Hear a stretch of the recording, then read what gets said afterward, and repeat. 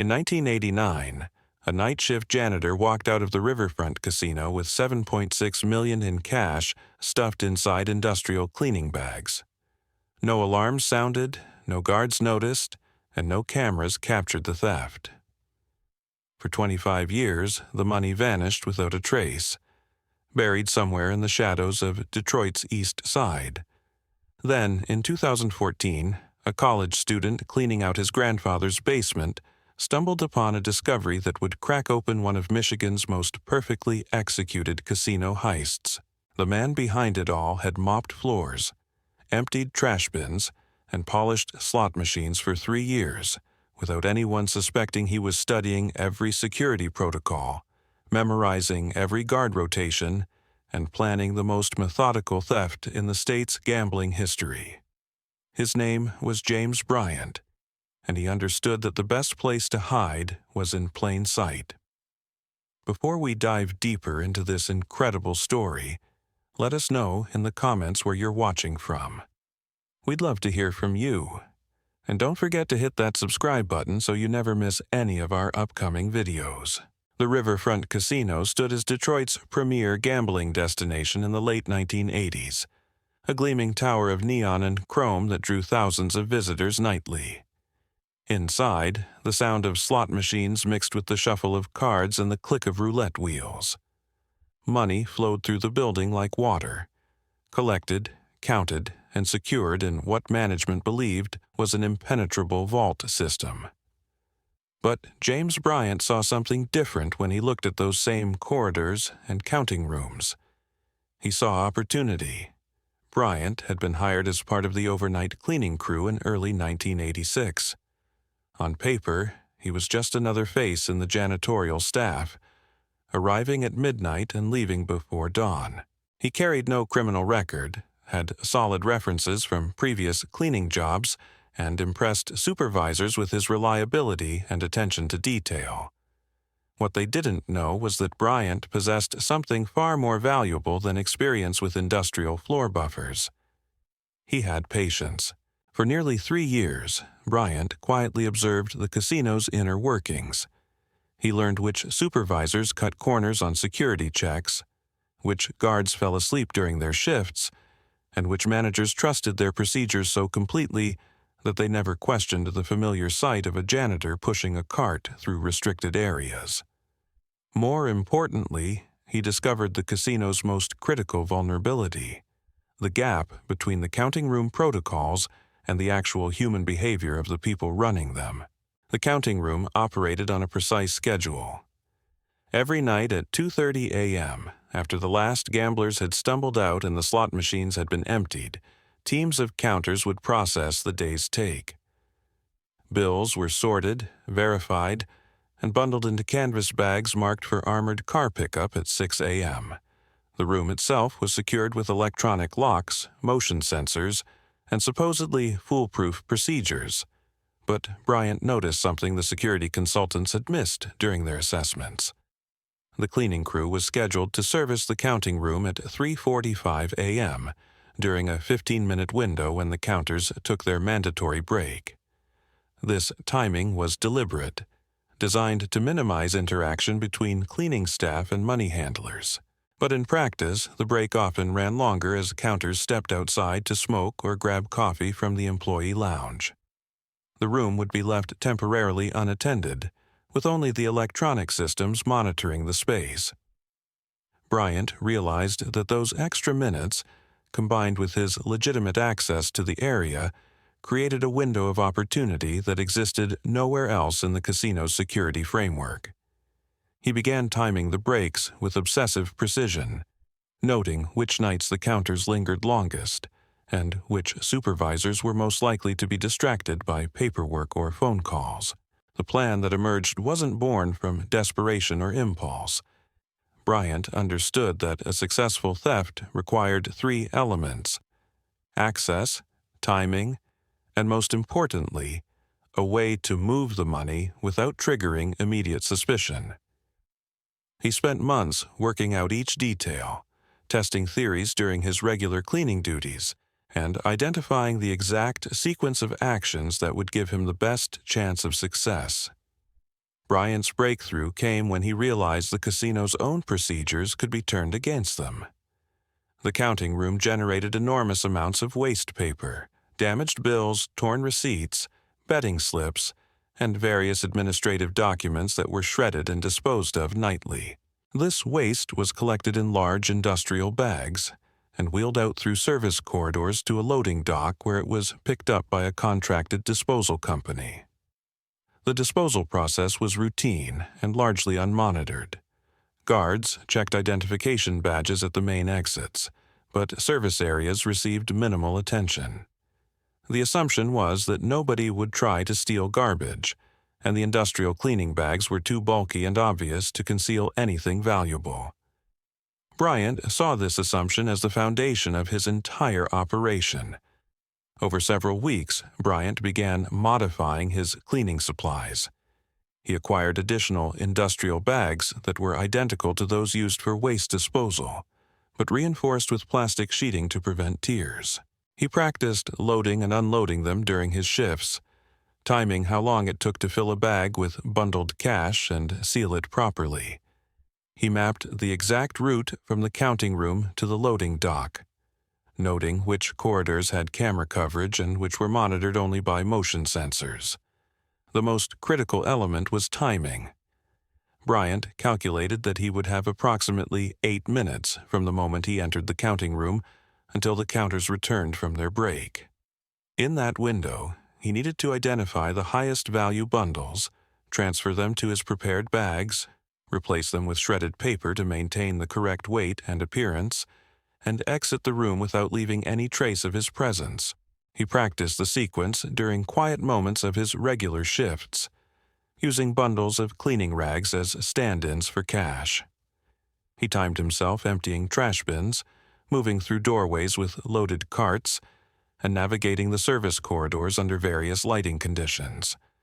By early 1989, he could complete the entire operation in under 6 minutes. Bryant also solved the problem of immediate detection. Rather than simply removing money and hoping the discrepancy wouldn't be noticed until after he escaped, he developed a substitution system. He collected damaged bills and worthless promotional materials from other areas of the casino, bundling them to match the size and approximate weight of legitimate cash bundles.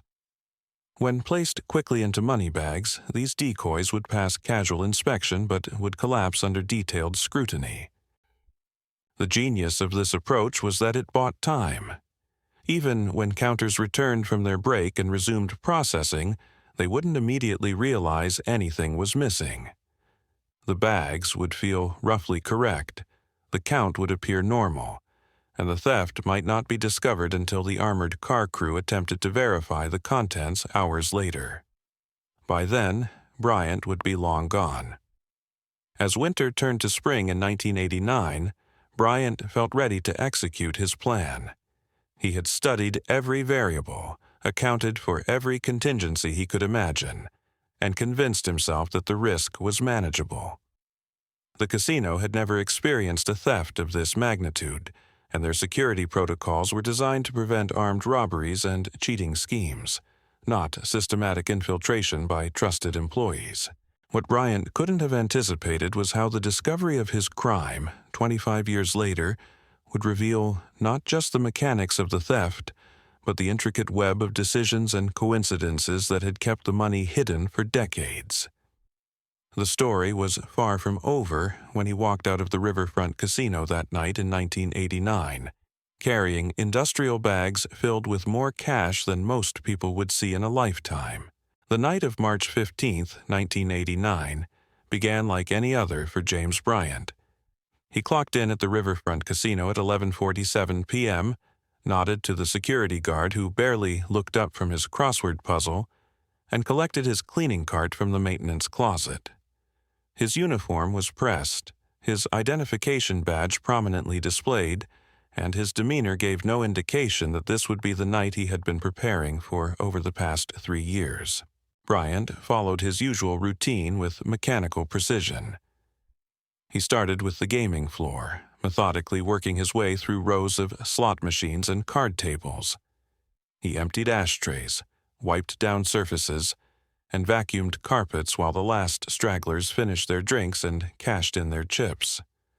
To anyone watching, he was simply another invisible member of the overnight crew, performing the thankless work that kept the casino gleaming for the next day's customers. At 1:15 a.m., Bryant made his way to the administrative offices on the second floor. This was standard procedure, documented on his timesheet and verified by supervisors who had long since stopped paying attention to his movements. He cleaned executive bathrooms, emptied waste paper baskets, and polished conference room tables. But tonight, he also made a critical addition to his cart. Hidden beneath a stack of cleaning rags were 3 industrial bags, pre-folded and reinforced, ready for what would come next. The counting room break began at 3:51 a.m., 6 minutes later than Bryant had calculated based on his observations.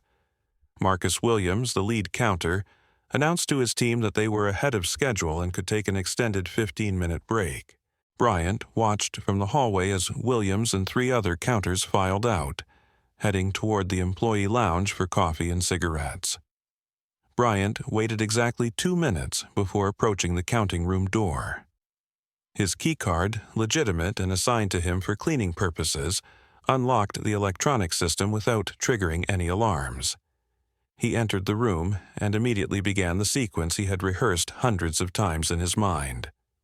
The money was organized in neat stacks across 4 metal tables. Canvas bags marked for armored car pickups sat open, partially filled with bundled bills in denominations ranging from 20s to hundreds. Bryant moved with surgical precision, selecting the highest value bundles and transferring them into his prepared bags. He replaced each removed bundle with carefully weighted decoys made from damaged bills and promotional materials he had collected over previous weeks. The substitution process was seamless. Bryant's hands moved without hesitation, guided by muscle memory developed through countless practice runs. He worked in complete silence, conscious of every sound from the hallway outside. At the 4-minute mark, he sealed the first bag and moved to the second table. The room contained approximately $12.3 million in total, but Bryant's plan had never been to take everything. Greed, he understood, led to mistakes and detection. Instead, he focused on specific denominations and bundle types that would provide maximum value while minimizing the immediate visual impact of their absence. He selected bundles from different areas of each table, spreading the theft across multiple collection points to delay discovery. By the 6-minute mark, Bryant had filled 3 industrial bags with approximately $7.6 million in cash. The decoy bundles were in place, the room appeared undisturbed, and his cart was loaded and ready for departure. He exited the counting room, locked the door behind him, and began the most dangerous part of his journey. The route to the loading dock took Bryant through 2 service corridors and past a security checkpoint that was typically unmanned during overnight hours. He moved at his normal pace, neither rushing nor dawdling, maintaining the same methodical approach that had characterized his work for 3 years. The industrial bags, now heavy with cash, were concealed beneath cleaning supplies and positioned to look exactly like the waste disposal loads he transported every night. At 4:08 a.m., Bryant reached the loading dock. The area was deserted, as he had expected. He transferred the 3 bags from his cart to a predetermined hiding spot behind a dumpster, then returned to the casino to complete his regular cleaning duties. This was perhaps the most crucial element of his plan, the detail that would provide his alibi and maintain his cover. For the next 2 hours, Bryant continued his normal routine. He cleaned restrooms, mopped floors, and emptied trash bins throughout the casino. He exchanged pleasantries with security guards making their rounds and helped another janitor move a heavy buffer into storage. When his shift ended at 6 a.m., he clocked out, said goodbye to the overnight supervisor, and walked to his car in the employee parking lot. Bryant drove home to his modest apartment on Detroit's East Side, where he lived alone and maintained the same quiet lifestyle he had cultivated since starting work at the casino. He did not retrieve the money that morning, understanding that any deviation from his normal behavior could attract attention if investigators later reviewed his activities. The theft was discovered at 7:23 a.m. when the armored car crew began loading the canvas bags for transport to the bank. Dennis Rodriguez, the lead security officer, noticed that several bundles felt unusually light during the standard weight verification process. When he opened the first suspicious bag, shredded paper and worthless promotional materials spilled onto the loading dock floor. Within minutes, the counting room was sealed and a full audit was underway. The scope of the theft became clear as investigators worked through the decoy bundles Bryant had left behind. The substitution system had worked exactly as planned, buying him precious hours, while confusion and finger-pointing delayed the launch of a coordinated response. Casino management immediately contacted the FBI, but the initial investigation focused on the counting room staff and armored car personnel.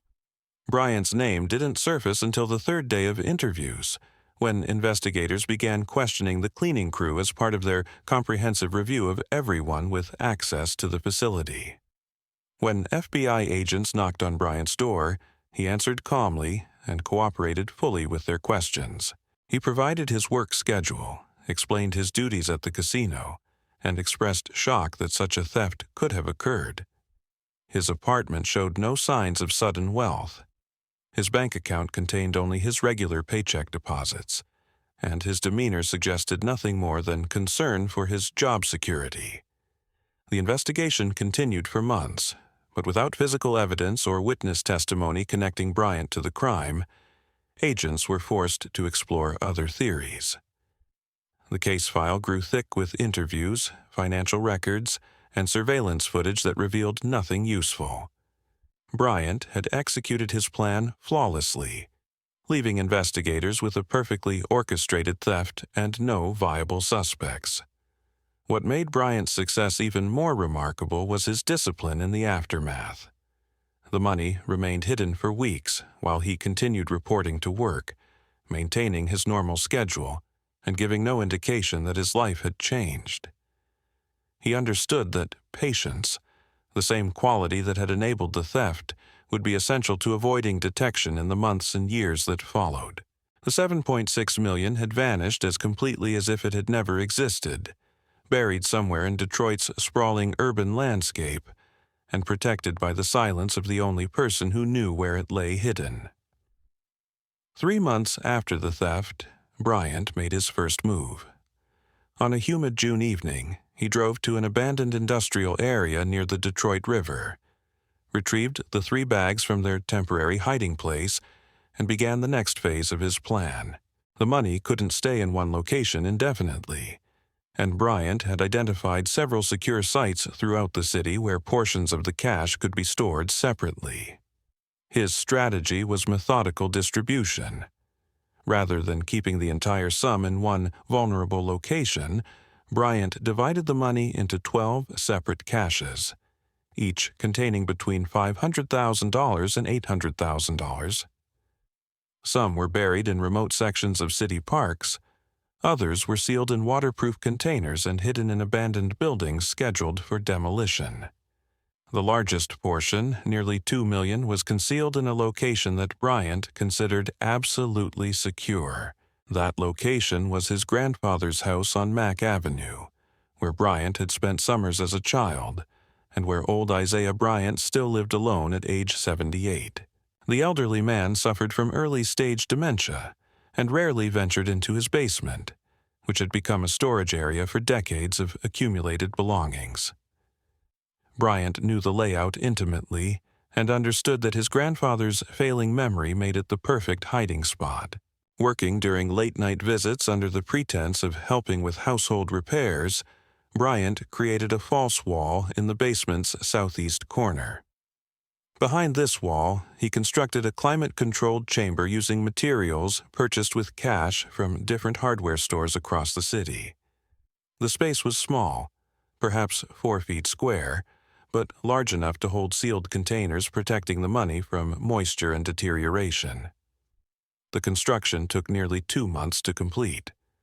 Bryant would arrive at his grandfather's house after midnight, work for 3 or 4 hours, then carefully clean up all traces of his activity before dawn. He told Isaiah he was reinforcing the foundation and improving the electrical system, explanations the old man accepted without question and promptly forgot. Bryant's other hiding spots were equally creative, but less permanent. In Belle Isle Park, he buried waterproof cases beneath a grove of oak trees, marking the locations with subtle notches carved into bark. In an abandoned warehouse in southwest Detroit, he concealed money inside industrial equipment that appeared too damaged to be worth salvaging. Near the riverfront, he used underground utility tunnels that connected to storm drainage systems. Each cache was mapped and documented in a coded journal that Bryant kept hidden in his apartment. The codes were based on childhood memories and family references that would be meaningless to anyone else, but would allow him to locate the money years later when it was safe to begin spending it. He planned to wait at least 5 years before touching any of the stolen funds, understanding that patience would be his greatest protection. Meanwhile, the FBI investigation continued with diminishing intensity. Agents had interviewed over 200 casino employees, examined thousands of hours of surveillance footage, and followed dozens of false leads without developing a single viable suspect. The theft had been too clean, too professional, and too perfectly timed to have been the work of amateurs or opportunists. Bryant remained employed at the Riverfront Casino throughout 1989 and into 1990, maintaining his cover as a reliable janitor who had been as shocked as everyone else by the crime. He even participated in new security training sessions and helped implement upgraded cleaning protocols designed to prevent similar thefts in the future. His supervisors praised his dedication and attention to detail, never suspecting that those same qualities had enabled the largest heist in the casino's history. By 1991, the investigation was officially suspended, though the case remained open. Bryant had successfully weathered the most dangerous period, when scrutiny was highest, and investigators were most motivated to find answers. The stolen money had been hidden for over 2 years without detection, and Bryant began to believe he had actually pulled off the impossible. His confidence was reinforced by his careful lifestyle choices. He continued living in the same modest apartment, driving the same used car, and maintaining the same social habits that had characterized his life before the theft. He avoided any purchases or behaviors that might suggest sudden wealth, understanding that dramatic changes in his circumstances could reignite investigative interest. The only concession Bryant made to his new financial reality was establishing a small emergency fund, approximately $50,000 in cash, which he kept in a safety deposit box rented under a false identity. This money was meant for unexpected expenses or emergency relocation if the investigation ever focused on him again. Otherwise, the stolen millions remained untouched and carefully hidden. Years passed quietly. Bryant eventually left the casino in 1994 to take a position with a commercial cleaning company, explaining to former colleagues that he wanted better hours and benefits. The FBI agents who had questioned him years earlier had moved on to other cases, and the Riverfront casino theft became another unsolved file in the Bureau's archives. By the late 1990s, Bryant had begun making subtle improvements to his life. He moved to a better apartment, purchased a reliable car, and started taking evening classes at a community college. These changes were gradual and explainable through his legitimate employment, but they were funded by small amounts of stolen money that he carefully introduced into his finances through cash transactions and money orders. The key to Bryant's success was his understanding that the money was worthless if he couldn't spend it safely. He developed an elaborate laundering system based on legitimate businesses that dealt primarily in cash. He would purchase items from pawn shops, garage sales, and flea markets, then resell them through classified ads and small venues. The profits appeared to come from entrepreneurial activity, but were actually stolen funds being cleaned through multiple transactions. Bryant also began investing in real estate, purchasing small rental properties in Detroit's recovering neighborhoods. These investments provided legitimate income streams and helped explain his gradually improving financial situation. By 2005, he owned 4 rental units and had built a reputation as a reliable landlord who maintained his properties well. Throughout this period, Bryant maintained regular contact with his grandfather Isaiah, visiting the elderly man weekly and ensuring that the basement hiding spot remained secure and undisturbed. As Isaiah's dementia progressed, the old man became increasingly dependent on family assistance, but he never questioned the modifications Bryant had made to his basement years earlier. When Isaiah Bryant died in 2010 at age 96, he left the Mack Avenue house to his grandson James in a simple will that had been drafted decades earlier. The property transfer was straightforward, and Bryant found himself the legal owner of the building that contained his greatest secret.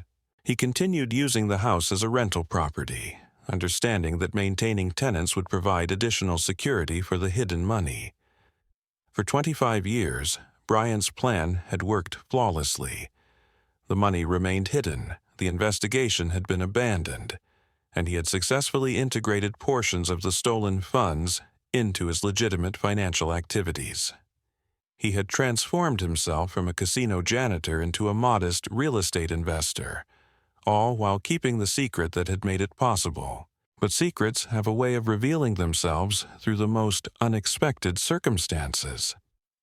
In 2014, Bryant's world began to unravel through a discovery that would expose everything he had worked so carefully to conceal. The discovery came through Marcus Bryant, James's nephew and Isaiah's great-grandson, a 22-year-old college student at Wayne State University, who was studying criminal justice with dreams of joining the FBI. Marcus had been particularly close to his great-grandfather and had volunteered to help clean out the Mack Avenue house after James decided to sell the property. Marcus was methodical in his approach, sorting through decades of accumulated belongings with the same attention to detail that seemed to run in the Bryant family. He started in the upper floors, working his way through closets and storage areas, setting aside items of value or sentimental importance while preparing everything else for donation or disposal. When he reached the basement in early September 2014, Marcus noticed something that struck him as unusual. The southeastern corner of the basement had a section of wall that looked newer than the surrounding structure. The concrete blocks were cleaner, the mortar was a slightly different color, and the electrical conduit running along that wall had been recently installed. Marcus mentioned the observation to his uncle James, who explained that he had done some foundation work years earlier to prevent water damage and had upgraded the electrical system at the same time. The explanation seemed reasonable, but something about James's demeanor during the conversation felt off to Marcus. His uncle appeared nervous and changed the subject quickly, suggesting that Marcus focus on the upper floors and leave the basement work to him. The reaction only heightened Marcus's curiosity. As a criminal justice student, he had been trained to notice inconsistencies and follow up on details that didn't quite fit. He began examining the basement wall more carefully during his next visit, running his hands along the mortar lines and tapping the blocks to test their solidity. What he discovered was that a 4-foot section of the wall was hollow behind the facade. The blocks had been carefully cut and reinstalled to create the appearance of solid construction, but the sound they produced when tapped was distinctly different from the rest of the foundation. Marcus realized he was looking at a concealed space, deliberately hidden and designed to escape casual observation. On September 18, 2014, while James was at work managing his rental properties, Marcus returned to the house with tools borrowed from a friend's construction job. He carefully removed the false blocks, revealing the hidden chamber that James had constructed 25 years earlier. Inside were multiple sealed containers, each marked with coded labels that meant nothing to Marcus but everything to the man who had placed them there. When Marcus opened the first container, Bundles of aged $20, $50, and $100 bills spilled onto the basement floor. The money was well preserved despite its age, protected by the climate-controlled environment James had created. As Marcus worked through the containers, the magnitude of what he had discovered became clear. He was looking at millions of dollars in cash, hidden in his great-grandfather's basement, and apparently connected to his Uncle James in ways he couldn't yet understand. Marcus's criminal justice training immediately kicked in. He understood that he had stumbled upon evidence of a serious crime, and his first instinct was to contact law enforcement. But he also recognized that his Uncle James, the man who had helped raise him after his father died, was somehow involved in whatever had created this hidden fortune. The discovery forced Marcus to confront an impossible choice between family loyalty and legal obligation, between protecting the uncle who had been like a father to him and doing what he knew was right. As he sat surrounded by millions of dollars in cash in his great-grandfather's basement, Marcus realized that his life had just become infinitely more complicated. Marcus spent the next 3 hours in that basement, meticulously documenting what he had found.